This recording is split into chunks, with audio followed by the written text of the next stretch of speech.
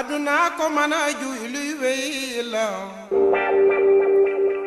aduna ko mana juy luy wey la. Bassiste, claviériste, compositeur et producteur, Habib Faye a plusieurs cordes à son arc. Connu surtout comme directeur musical du Super Étoile de Dakar, il est l'un des bassistes africains les plus talentueux du dernier quart de siècle. Habib Faye a repris la basse à 13 ans, mais a commencé son exploration musicale à l'âge de 9 ans, grâce à son frère aîné Vieux McFaye, lui-même guitariste accompli. Ses autres frères sont aussi des musiciens. Lamine Faye est l'un des guitaristes les plus populaires et les plus respectés du Sénégal et a longtemps été membre de Super Diamono avant de partir en 1994 pour former son propre groupe Lemzo Diamono. Adama Faye, décédé en 2005, est considéré comme l'un des pionniers du clavier au Sénégal. Il était l'un des membres fondateurs de Super Diamono et jouait également des clés pour Super Étoile dans les années 80.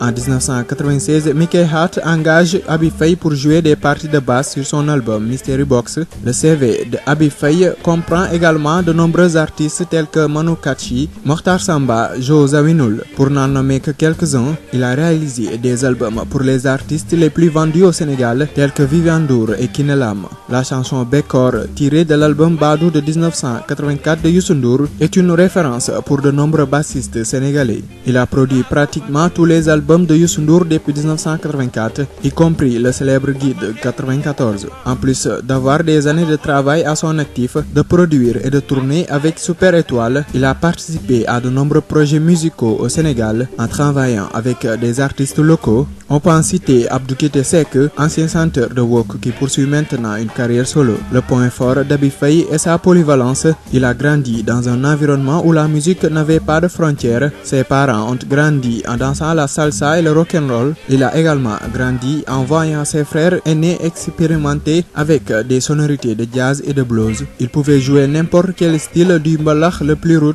au funk le plus groovy, sans oublier l'afrobeat et le jazz. La musicalité de Habib Faye ne s'arrête pas à la basse. Il est également un joueur de clavier expérimenté. C'est ce 25 avril 2018, à la suite d'une maladie pulmonaire, que Habib Faye est parti à jamais.